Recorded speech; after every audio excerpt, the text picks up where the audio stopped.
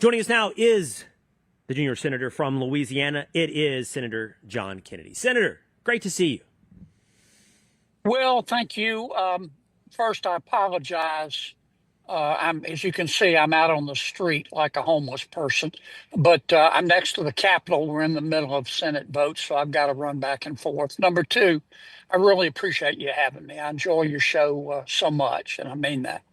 Number three, I just wanted Thank to you, Senator. say I am so proud of our president and my country, despite what the president of France has said, despite the prime minister of England, of Australia, our friends in Australia, the prime minister of Canada, despite all of them acting like whiny, weak wokers who sided with Hamas. President Trump has brought Hamas to the table. He gave them a very simple choice: either accept peace, or we're going to slap you to Pluto. And that's how you have to deal with these hard people. And I'm very. I just want to say I'm very proud of what we've done today. To the point that you are making, we're talking about something that, as far as I'm concerned, is far beyond the necessity of validation from the Nobel Committee. It doesn't need the Nobel Peace Prize. It stands on its own in history and is an accomplishment that has eluded presidents for, honestly, generations. Yes, and also, if you look at this from the even bigger picture, what has the president and Israel accomplished together? They beat Hamas, they beat Hezbollah, they beat Iran. They have brought stability for the Western world and for the Israelis to the Middle East for the first time in a long time. And I will tell you something, they may not be saying it, but the other countries in the Middle East, Saudi Arabia, Egypt, Jordan, they're thinking the same thing. They're a lot more scared of Iran than they are of Israel. Frankly, quietly, they want to be Israel's friend, and I think Israel wants to be their friend. And it pains me that some members of the media refuse they just look reality in the eye and deny it. But it is what it is. I think the American people see what has happened, and it is historic. All right, Senator, you never have to apologize for joining me from your car outside of the Senate. I actually love the authenticity of the visual. It matches the authenticity of the moments we get from you. So you don't have to apologize for that. Here's the deal. I see you. I see you with Ainsley. I see you with me. I see you on Fox. I hear the one-liners. And then I get to thinking, who is Senator Kennedy? And I got to thinking that. Who is he? And then I thought, Will, you're from a town of about 30,000 people in North Texas. You met Senator Kennedy. You knew him at the bank. He was friends with your dad. You know him, right? He comes from where you come from, and that's true. Zachary, Louisiana, I think about 20,000 people. And then, Senator, despite all the country yarns and one-liners, I see this in the bio: Vanderbilt. Then I see University of Virginia Law School. And I'm seeing this guy is obviously a huge intellect, and not to take away from anything that of course that should be true, but you make it so digestible for everybody. And I start going, no, I need to know a little more about the path of Senator Kennedy, the one that took him from from Zachary, Louisiana to Vanderbilt, and then on to UVA Law. That's a sterling resume, Senator. Well, I'm still a Zachary boy at heart. When I grew up in Zachary, we had about 3,000 people. I loved high school. Some people didn't. I loved it. I really cared about two things: basketball and cheerleaders. I wasn't very good at either one, but I had fun trying. I went away to Vanderbilt. My parents insisted that school come first, and it did for me and my brothers. I went away to Vanderbilt and then UVA, and then did another law degree in England.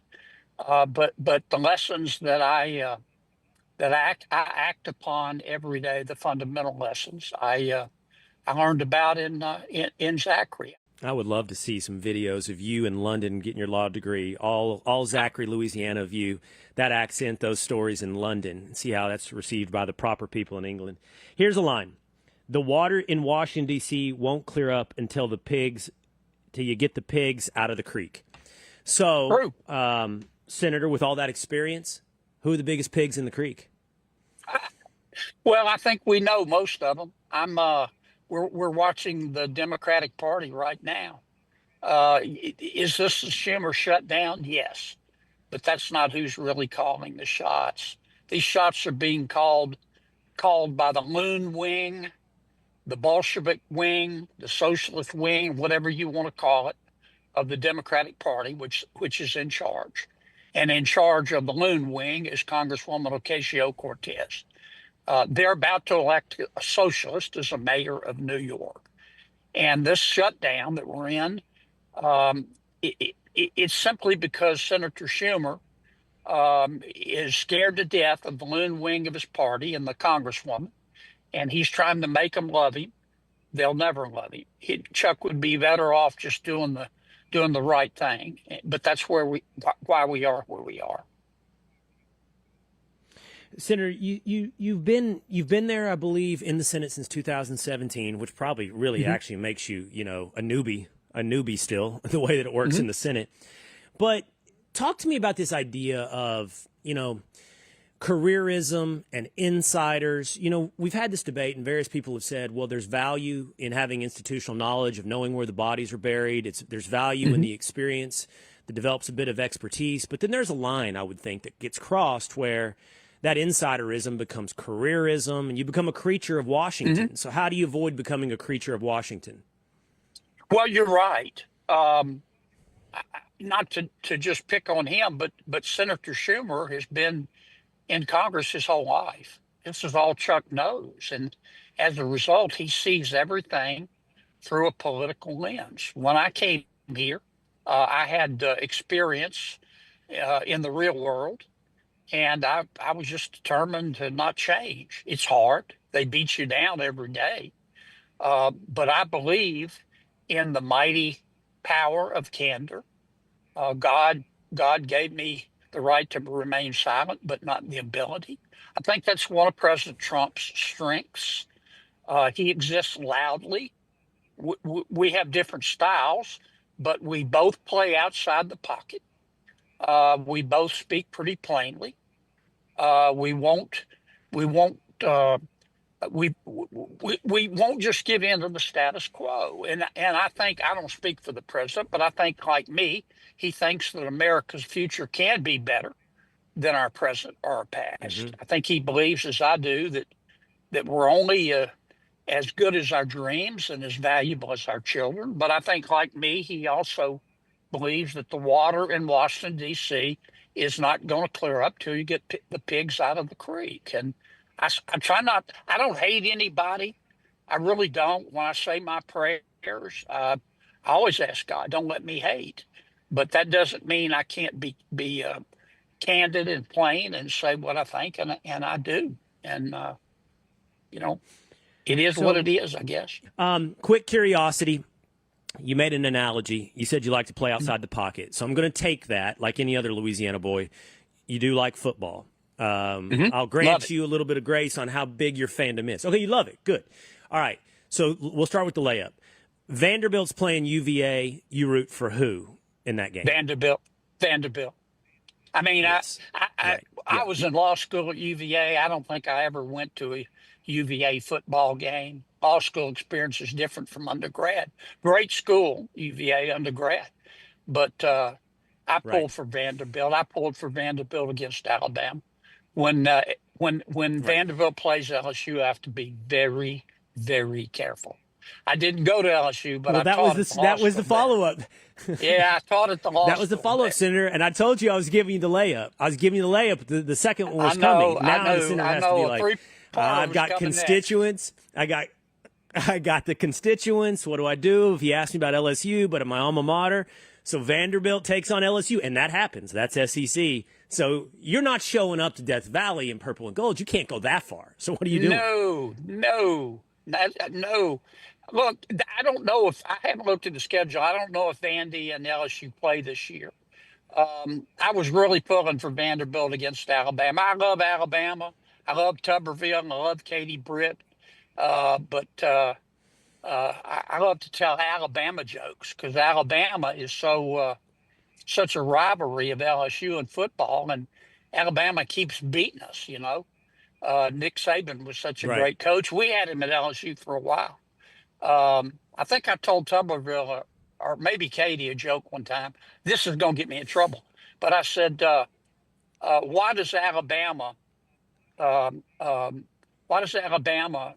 Why did Alabama raise the drinking age to 32?" And Katie said, "Why?" And I said, "Because they wanted to keep alcohol out of the high schools." So that may be the answer to my last question here for you. So, Senator, I grew up North Texas, small town, close to the border of Love it. Oklahoma. Our noses looked down right across the Red River. Our jokes were Yeah. about Oklahoma.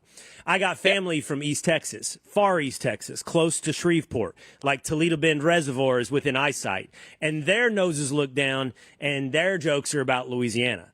If you grow up in Louisiana, where do your noses look down, and who are your jokes about? Do you skip over Well, Mississippi and go all the way to Alabama?